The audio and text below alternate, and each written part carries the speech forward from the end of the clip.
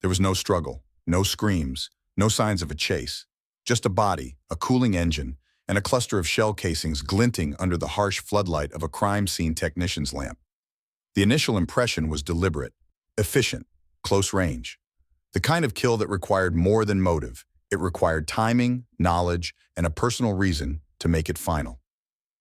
At 1:16 a.m. on July 5, 2003, the first patrol unit arrived at a single-story residence in Pinellas Park, Florida. The address had come in through a welfare check request made by David Blagg, boyfriend of Sandra Lee Razzo.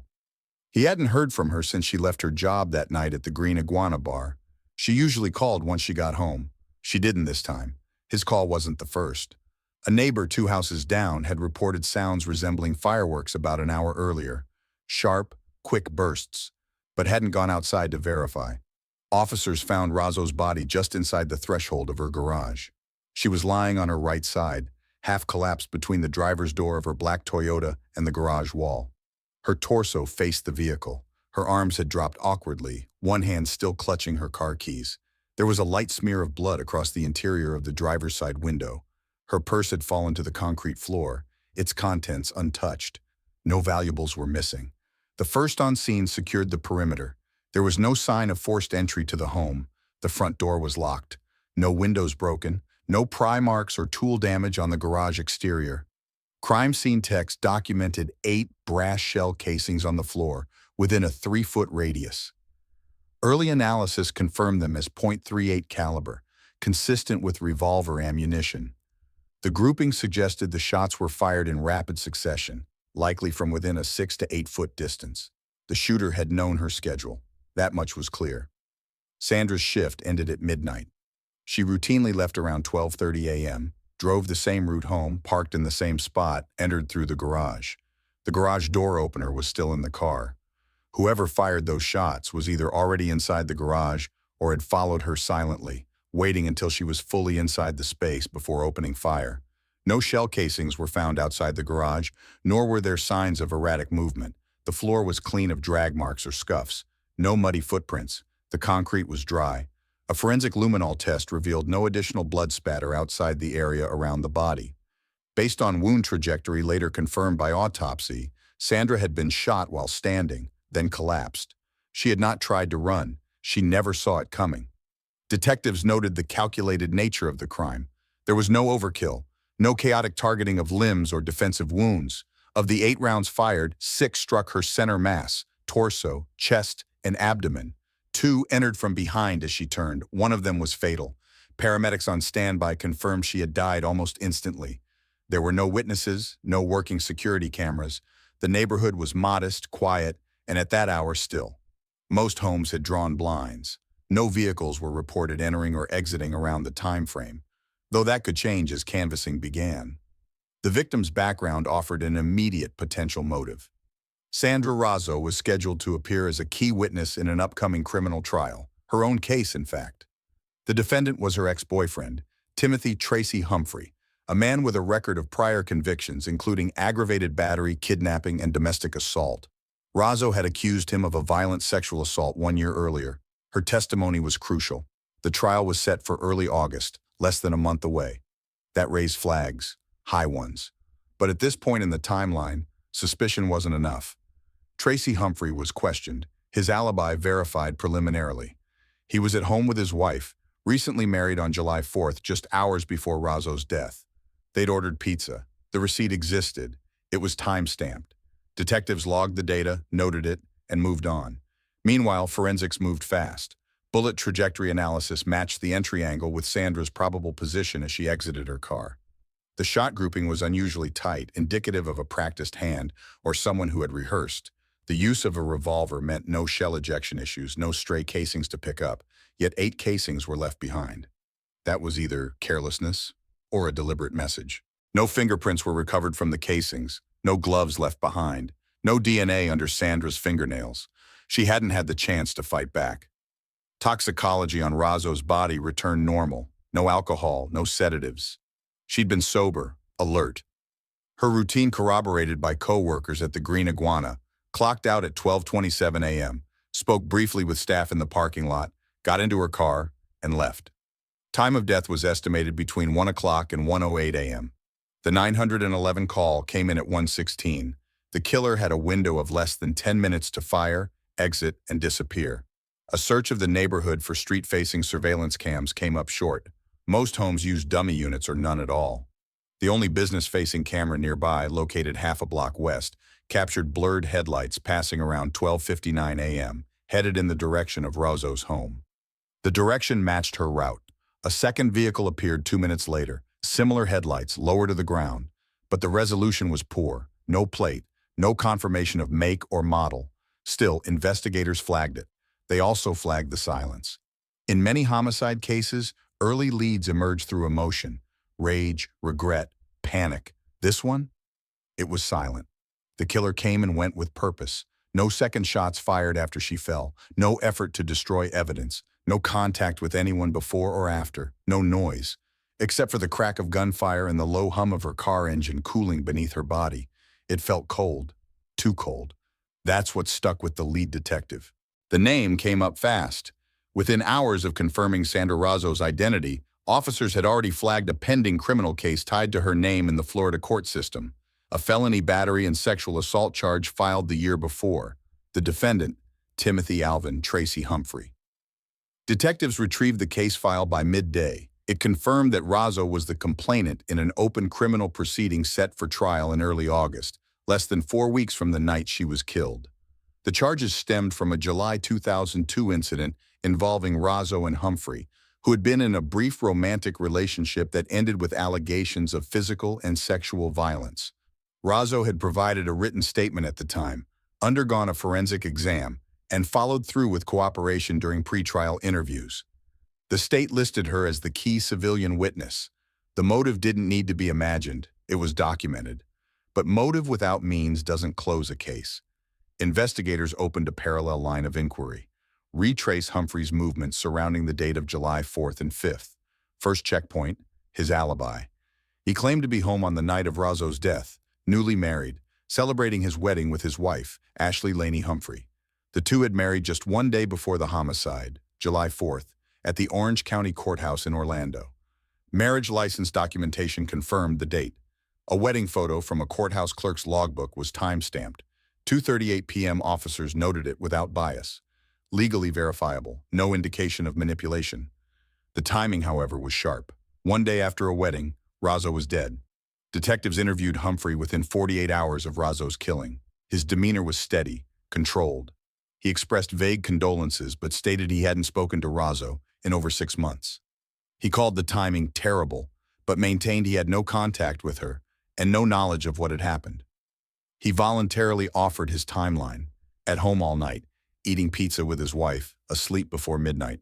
A receipt was produced showing a Domino's delivery order for 2 pizzas and breadsticks, time-stamped 10:41 p.m., addressed to the couple's residence in Brandon, Florida. That location mattered. Razo was killed around 1 a.m. in Pinellas Park, roughly 45 minutes west, assuming light traffic. Humphrey's tone stayed cooperative but neutral. He denied having a motive. "I was done with that part of my life," he said. Officers recorded the interview, cataloged the receipt, and requested location data from mobile carriers for both Tracy and Ashley's cell phones. At the time, location data triangulation via tower hits was not as granular as modern GPS systems, but it still produced radius tracking and proximity logs. It would take time to extract. Meanwhile, detectives began building a behavioral profile. They requested the full police report on the 2002 battery charge filed by Razo. The narrative was explicit. It detailed allegations that during their relationship, Humphrey had physically restrained Razo, choked her, and sexually assaulted her inside his apartment. Photos were taken of her injuries at the time. A nurse examiner had completed a rape kit, the results of which were submitted into evidence, but had not been introduced in court due to pretrial delays. One issue surfaced. Razo had previously expressed concern to prosecutors about her safety in the lead-up to trial. She had not requested formal protection, but email records provided by the state attorney's office confirmed that she had inquired whether she would be secure when the trial began. No specific threats were recorded. This became critical to context. Detectives asked a broader question. Was her death coincidental in timing, or was it designed to eliminate testimony? They reviewed the court docket. If Razo had testified, it would have been one-on-one. A civilian victim facing a defendant with a history of violent crime and no other eyewitnesses. Her account was foundational. Without her, the state's case likely collapsed. They flagged this. Investigators then ran Tracy Humphrey's name through the statewide offender database. His record wasn't light. Prior charges included kidnapping, aggravated assault, and firearm possession. He had served time in state prison in the 1990s. All charges involved women. No convictions had ever escalated to homicide, but the pattern was visible: control, coercion, threats, escalation. The psychological profile began to coalesce. He was not erratic. He was methodical. The wedding caught attention. It had been expedited, filed, and completed within a 48-hour period. The marriage application was submitted on July 2nd, wedding on July 4th, murder on July 5th. It wasn't illegal, but it was fast. The question became not just where Humphrey was that night, but who he may have influenced, knowingly or otherwise. The name that now surfaced in every record was Ashley Laney Humphrey, 19 years old at the time of marriage. No criminal history, no known affiliations. Newly tied, legally and socially, to a man facing felony prosecution. Detectives requested her mobile records alongside Tracy's. They ordered surveillance footage from the courthouse. Public footage showed her smiling on wedding day, standing beside her husband. Nothing overtly unusual, but her vehicle, a Saturn coupe, would become a data point later. At this point in the investigation, no definitive action was taken against either party. The crime scene was processed. The forensics were logged. The autopsy confirmed Razzo had died quickly with no struggle. No DNA under her fingernails. No evidence of physical confrontation. A surgical kill. No words exchanged. The pieces hadn't yet connected. But the perimeter was tightening. Technicians completed a latent fingerprint sweep of Razzo's car. Nothing foreign. A partial thumbprint was lifted from the driver's side doorframe. It belonged to Razzo herself. No evidence of another person having entered or touched the car within the last 24 hours. No hair strands. No shoe impressions. The shooter had left nothing physically behind, and that was unusual. Seasoned detectives knew this kind of clean kill wasn't common for a crime of passion. It looked more like a takedown. No post-incident panic, no rash mistakes. That shifted the theory from spontaneous violence to planned execution. They reviewed the Domino's receipt again. The timestamp lined up, but too well. Sometimes the data aligned too cleanly. And that was the problem. The timeline was closing in, but the gaps were still there. Cell phone records for both Timothy Tracy Humphrey and his wife Ashley were retrieved under subpoena. At this stage, investigators weren't accusing anyone. They were establishing movement. The question wasn't who had motive. That had been documented in the court case Sandra Razzo was preparing to testify in. The question now was location. Razzo was murdered between 1 o'clock and 1:08 a.m. on July 5, 2003. Her home in Pinellas Park was at least a 45-minute drive from the Humphreys' apartment in Brandon. The pizza order Tracy cited was time-stamped at 10:41 p.m., well before the window of the murder. Alone, that order only proved that the household had food delivered. It said nothing about who remained there. Investigators turned to cell tower logs. Ashley Humphrey's number pinged off a sequence of towers that didn't align with the location she claimed to be in that night. The logs showed her phone connecting to a tower on Gandy Boulevard at approximately 12:47 a.m., placing her west of Tampa and headed directly toward Pinellas Park. It wasn't a stray signal. Two additional pings, 12:53 a.m. and 12:58 a.m., both routed through towers increasingly closer to Razzo's neighborhood. The pattern was directional and consistent. Tracy's phone, by contrast, remained static. His device connected only to local Brandon towers throughout the evening, with no data activity after midnight. That discrepancy mattered. Ashley's travel route mirrored Razzo's typical post-shift drive. Investigators pulled Razzo's routine travel logs from co-workers at Green Iguana. She typically left work around 12:30 a.m. and drove the same route home nightly. When detectives overlaid Razzo's expected path with Ashley's actual tower pings, the alignment was uncomfortably precise. A second lead came from surveillance retrieval teams canvassing businesses near the suspected route. One gas station, located along 66th Street North, captured a black two-door Saturn coupe traveling northbound at 12:56 a.m. The vehicle was low, compact, and its headlights matched the make and model later identified as belonging to Ashley. Although the license plate was unreadable due to glare and resolution limitations, the timestamp, location, and make were entered into evidence. What followed made the pattern clearer. Ashley's phone dropped signal at 1:04 a.m., the moment it disconnected from a Pinellas tower. That was just 4 minutes after the medical examiner estimated Razzo's time of death. Her phone then reconnected to a tower near Gandy Bridge at 1:19 a.m., headed eastbound. By 1:57 a.m., her signal was back in Brandon, reconnecting with the same local tower that had been consistent throughout the earlier evening. She had made a round trip, one not accounted for in her initial statement. At this point, Ashley hadn't been brought in for formal questioning. She had not been named a suspect, but detectives elevated her profile. Her presence near the crime scene within the precise window of the murder wasn't incidental. The route was too efficient. The window of opportunity was too narrow. There had been no stops recorded, no idle signals, no deviations. Surveillance teams began tracing any additional footage along the route, but found limited footage outside of private residences, most lacking the kind of camera quality needed for verification in 2003. Still, data triangulation told its own story. Crime analysts flagged the sudden signal drop at 1:04 a.m. Phones don't turn off without reason. No incoming or outgoing calls, no text sent, just an immediate drop-off. In most cases, this indicates either manual power off or temporary shielding, such as being turned off, placed in airplane mode, or encased.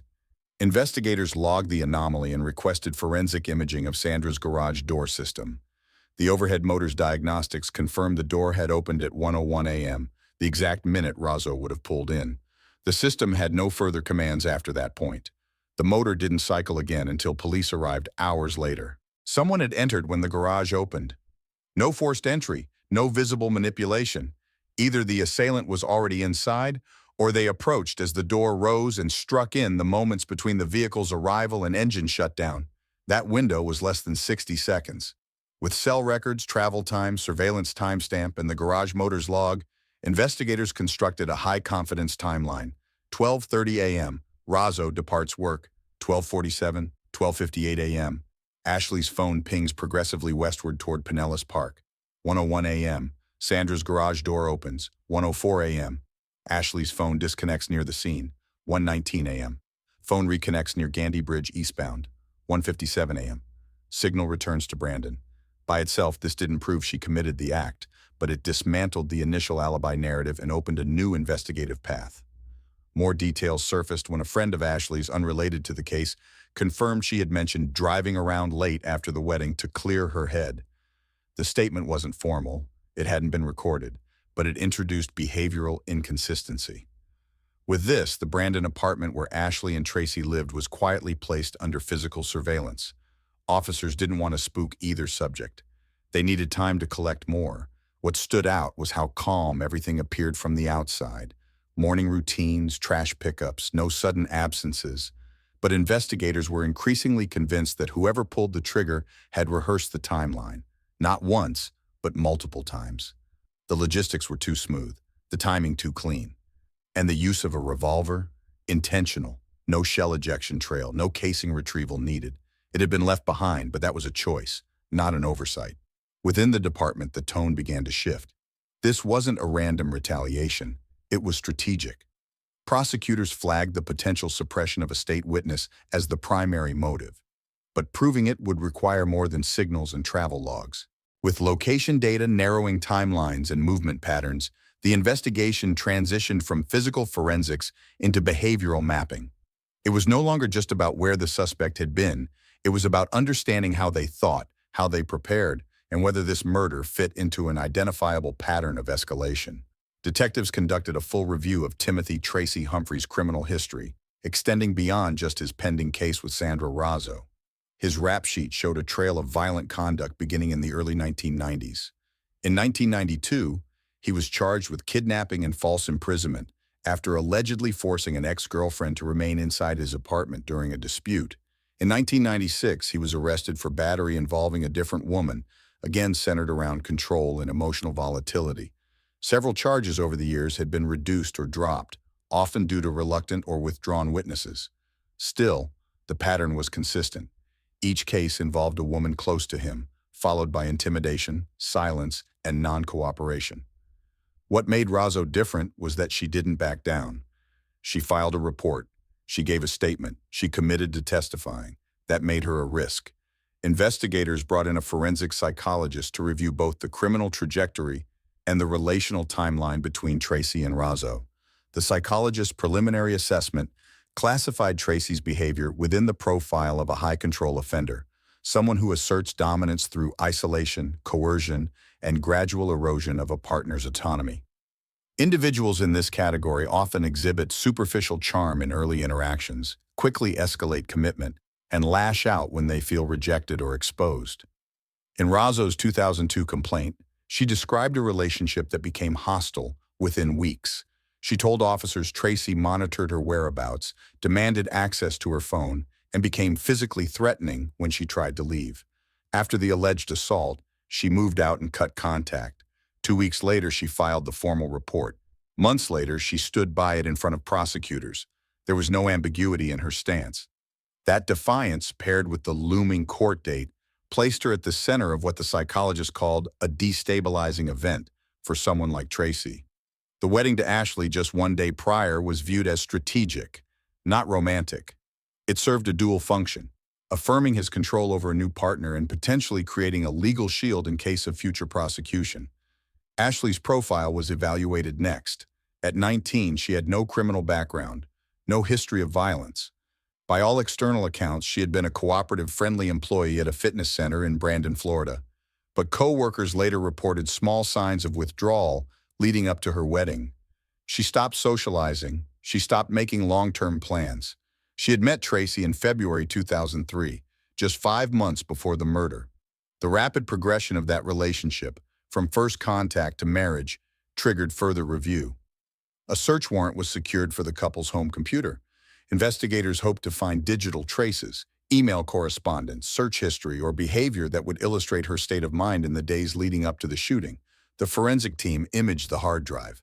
Among cached data, they found several deleted searches, retrieved through forensic recovery software, related to firearms, ammunition, and Florida gun laws. Searches were time-stamped in mid-June, weeks before the murder. The browser history also showed route planning to Razzo's neighborhood using MapQuest, a common direction service at the time. That data was logged, time-stamped, corroborated against Ashley's known work hours, and confirmed to originate from the user account under her login credentials. This was the first concrete indication of pre-crime behavior involving Razzo's location and travel timing. But it wasn't yet clear if Ashley had acted on her own initiative or under Tracy's influence. That distinction mattered, not only legally, but operationally. Detectives needed to determine if she was a manipulated accomplice or a willing actor.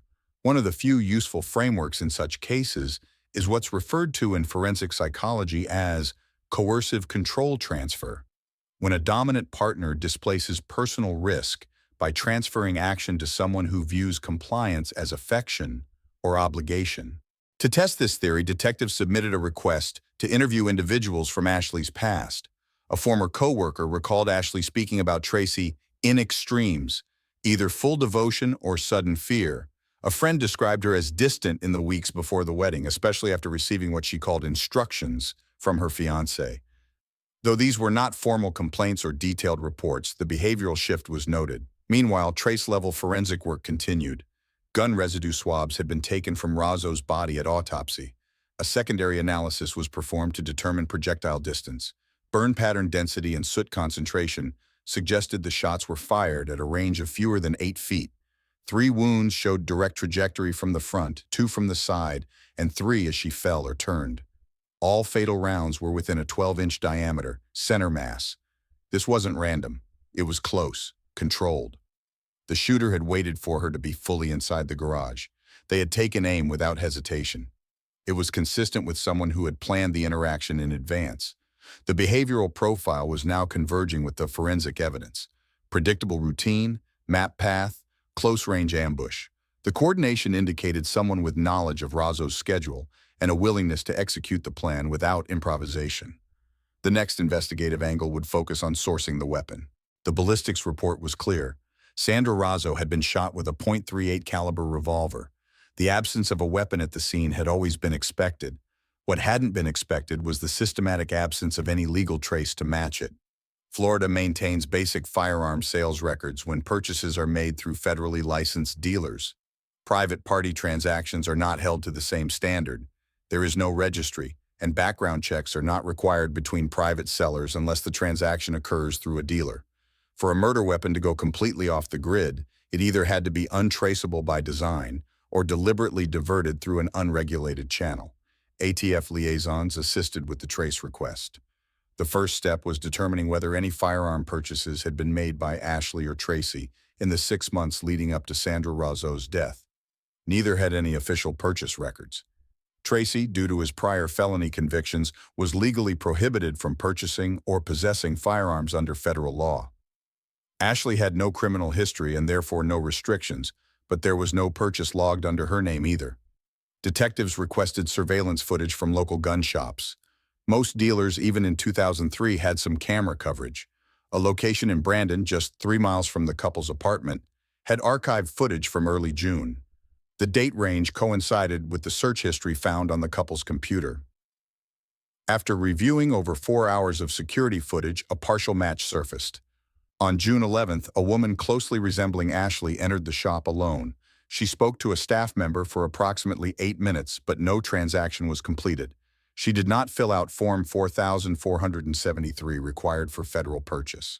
According to the store clerk's later statement, she had asked general questions about caliber sizes and concealability. She left without purchasing. That made the focus shift. If Ashley hadn't purchased the weapon through legal means, then the only options left were theft or secondary market. Detectives canvassed known private sellers and firearm boards, where even in the early 2000s, transactions took place with minimal oversight. Informants were contacted. One lead emerged from a former acquaintance of Tracy's, a man with a history of weapons sales operating through informal channels. This individual, after a brief hold for unrelated warrants, admitted that he had likely sold a .38 revolver to a young woman around mid-June but could not recall her name. When shown a photograph of Ashley, he nodded but could not be definitive. He claimed the transaction occurred in a parking lot near Gandy Boulevard. No receipt, cash only. The revolver had been unregistered and transferred through 4 previous owners, according to him. This chain made verification impossible, but the circumstantial links were stacking. The Gandy Boulevard connection was critical. That was the same corridor Ashley's phone had pinged along both during her westward drive toward Sandra's home and during her return. To supplement the testimonial lead, investigators pursued trace residue analysis. While the gun itself was missing, the swabs taken from Razzo's body included lead and barium elements, typical of .38 ammunition. Investigators then reviewed Ashley's belongings. With a second warrant, her vehicle and apartment were researched. Inside the trunk of her Saturn coupe, a trace particle analysis was performed using vacuum lift evidence collection. From the rear carpet panel, multiple particles consistent with lead stiphnate were recovered. These particulates are a combustion byproduct of primer detonation and small arms fire. The results did not confirm she had fired the gun, but they placed gunpowder residue inside the vehicle she drove. No ammunition boxes or weapon parts were found in the home, suggesting the gun was either disposed of or kept elsewhere. Further analysis of Ashley's computer activity supported the theory of targeted acquisition. Recovered browser cache revealed a mid-June search for .38 revolver secondhand and no ID gun Florida. These were followed within the same session by MapQuest directions to multiple gun show venues, one of which coincided with a show held in Tampa just 3 weeks before the murder. Ticket vendors for that event confirmed a cash entry under Ashley's name. There were no transaction logs on site. Gun shows of the time did not mandate receipt retention for private sellers. But the convergence of computer searches, firearm residue, and route activity created a triangulated forensic profile that undermined any claim of coincidence. The motive had been explored. The timeline had been matched. The route had been tracked. Now, the murder weapon, though never recovered, was tethered to the case by enough physical and digital evidence to make its absence irrelevant. The investigation moved forward. Ashley Humphrey wasn't arrested right away. The evidence had taken weeks to build. Cell tower triangulation, deleted search history, unregulated weapon acquisition, and trace residue in her vehicle. But each layer added pressure, and the weight of consistency was starting to work against her. By early August, the case file had passed the threshold required for a custodial interview. Detectives didn't need a confession. They needed clarity. Ashley was brought in under controlled circumstances. The setting was neutral, no cuffs, no immediate Miranda warning. She was asked to speak voluntarily, and she agreed. The interview was conducted in a standard, windowless room inside the Pinellas County Sheriff's Office. Audio and video recording were initiated at 10:02 a.m. The tone was conversational, calm. The lead detective, a 17-year veteran, began with indirect questions: work history, relationship timeline, daily routines. Ashley responded steadily. No visible anxiety, no resistance. But her answers didn't hold. Her initial statements about the night of July 4th into the morning of July 5th contradicted known data. She claimed to be at home with Tracy the entire evening. When asked about her phone's movement, she paused. She said she might have gone for a short drive to get air. She didn't mention the drive spanning multiple counties. She didn't mention the exact timing that placed her within a half-mile of Sandra Razzo's home minutes before the murder. At 10:44 a.m., after being presented with vehicle surveillance images and cell tower reports, Ashley requested a break. When she returned, she made an adjustment. She admitted to leaving the house that night but claimed it had nothing to do with Sandra. She said she was thinking about a friend and just needed to clear her head. The explanation was vague and incompatible with the timeline.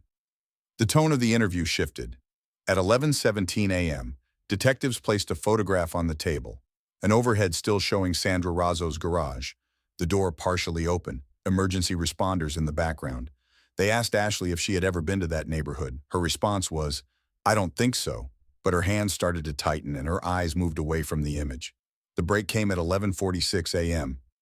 Ashley asked if she could speak off the record. She was told everything in the room was on record. She hesitated, then quietly asked, "If I help you understand what happened, what does that mean for me?" Legal counsel was called. Within 90 minutes, she had retained an attorney and agreed to speak under a proffer, an offer of limited use immunity in exchange for cooperation. She was read her rights. She signed the form. The next phase began. Her statement came in segments. First, she admitted to driving to Sandra Razzo's house. Then she acknowledged bringing a firearm. She didn't specify the exact source of the weapon, but admitted it was unregistered and not legal. When asked why she went to Sandra's house, she said, "Because I was told it needed to be done." She stated that Tracy had told her Sandra was going to destroy both of us, and that if Sandra testified, everything would fall apart. She said he used phrases like, "You're the only one I trust," and "It's either her or our future." Ashley claimed she was manipulated, that she believed she was protecting their marriage, that she didn't want to do it but couldn't say no. When asked directly whether she had pulled the trigger, she paused. Then she nodded. Quietly, she said, "Yes." She described waiting near Sandra's house, following her home from the bar, and watching her enter the garage. She approached on foot. She fired multiple times and left immediately. She said she threw the weapon into a drainage canal off the Gandy Bridge. Divers later searched the site, but the gun was never recovered. The confession matched the forensic sequence almost exactly: the route, the time of death, the entry point, and the direction of the gunshots. She confirmed the use of a revolver and the number of rounds fired. Her admission aligned with autopsy results and ballistics data without prompting. That detail was critical. It removed any plausible claim of coercion by law enforcement. The final question of the interview focused on planning. Ashley said Tracy never explicitly said kill her, but made it clear what needed to happen. He allegedly coached her on the route, instructed her to buy a revolver through back channels, and ensured they had no digital communication about it. She said he rehearsed the timing with her multiple times, including dry runs of the drive. She closed her statement with, "He knew I would do it. He made sure I would." Her proffer agreement was entered into court record. She was formally charged with second-degree murder and agreed to testify against Tracy in exchange for a reduced sentence. He denied all involvement. The prosecution's case against Timothy Tracy Humphrey didn't rely on direct physical evidence. There were no fingerprints, no DNA, no surveillance placing him at the scene. But it didn't need that. Not after Ashley's full confession and cooperation agreement. The state didn't need to prove he pulled the trigger. They only needed to prove he orchestrated it. The strategy was built on 3 layers: digital consistency, behavioral manipulation, and post-crime silence. Prosecutors began by laying out the timeline for the jury. Sandra Razzo's work hours, her predictable commute, and the exact minute her garage door opened were presented first. The garage motor's internal log, extracted by forensic technicians, marked 1:01 a.m., corroborated by Ashley's own admission and the autopsy window of death. That minute became the anchor point. From there, prosecutors worked outward. The cell tower data tracking Ashley's movement westbound through Tampa and into Pinellas Park was placed on digital map overlays and projected for the jury. Each ping was matched to her device ID and verified against a TAN DT tower logs. No cell traffic from Tracy's phone showed movement, but his home IP address had been used to search for gun show information weeks prior on a shared device. Prosecutors didn't argue that this alone proved involvement. They used it to establish proximity and pattern. Then came the motive. The court introduced the original battery and sexual assault case filed by Sandra Rozzo in 2002. Portions of her prior testimony were played for the court, alongside emails she'd exchanged with prosecutors voicing her concern about safety in the weeks before the trial. The implication was clear. She posed a threat to Tracy's freedom, and then she was killed. Ashley's recorded confession was played in full. She appeared calm, factual. She didn't cry. She didn't flinch. She gave her account without dramatization, describing how Tracy pressured her, guided her, and set it up so I'd be the one to go. She stated he timed the wedding to appear distracted, gave her routes to follow, and even advised her on what to say if questioned. The defense pushed back hard. They argued that Ashley acted alone, motivated by jealousy or instability. They pointed out that she had lied to investigators multiple times before confessing, that she had secured a plea deal, and that no direct communications about the murder existed between her and Tracy. But the prosecution emphasized something else: system-level consistency. Her version of events aligned with data points they never disclosed to her beforehand. She knew the garage door opened at 1:01 a.m. She knew where Sandra lived without being told.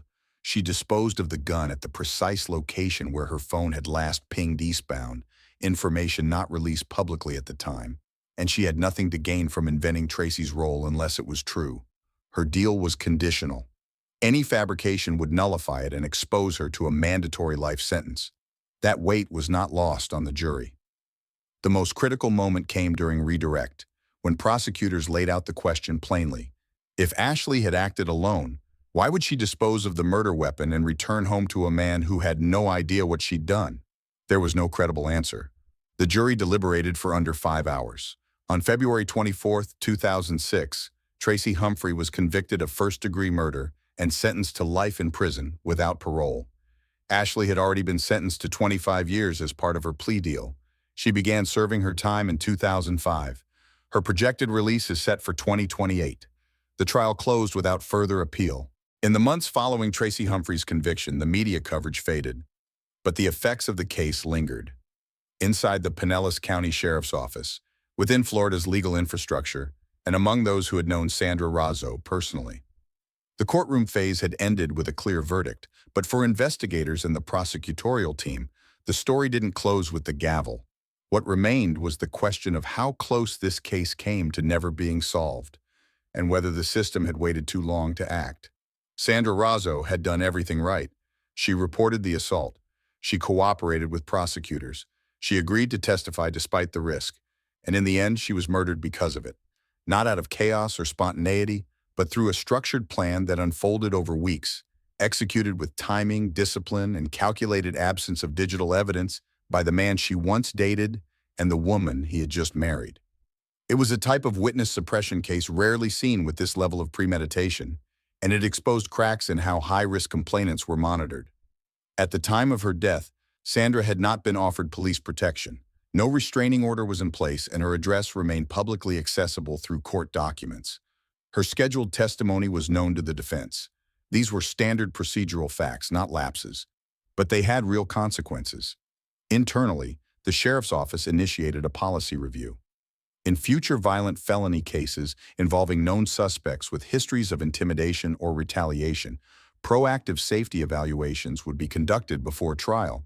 A formal risk tiering system was drafted, assigning points based on suspect background, pending charges, and proximity to the victim. Though the changes wouldn't retroactively protect Sandra, they were implemented with her case as the reference standard. Outside law enforcement, victim advocacy groups began pushing for legislative adjustments. While no bill bore her name, parts of Florida's statutes around victim notification, digital redaction of witness addresses, and access to court schedules were tightened in 2007. For prosecutors who had worked on Sandra's case, these weren't gestures. They were direct responses to a failure in timing, not an effort. Among Sandra's family and close friends, the conviction brought only partial relief. Her daughter, still a minor at the time of the trial, was relocated and placed in custody of extended relatives. Family members declined interviews but released a written statement after sentencing. It read in part, "She did what was right.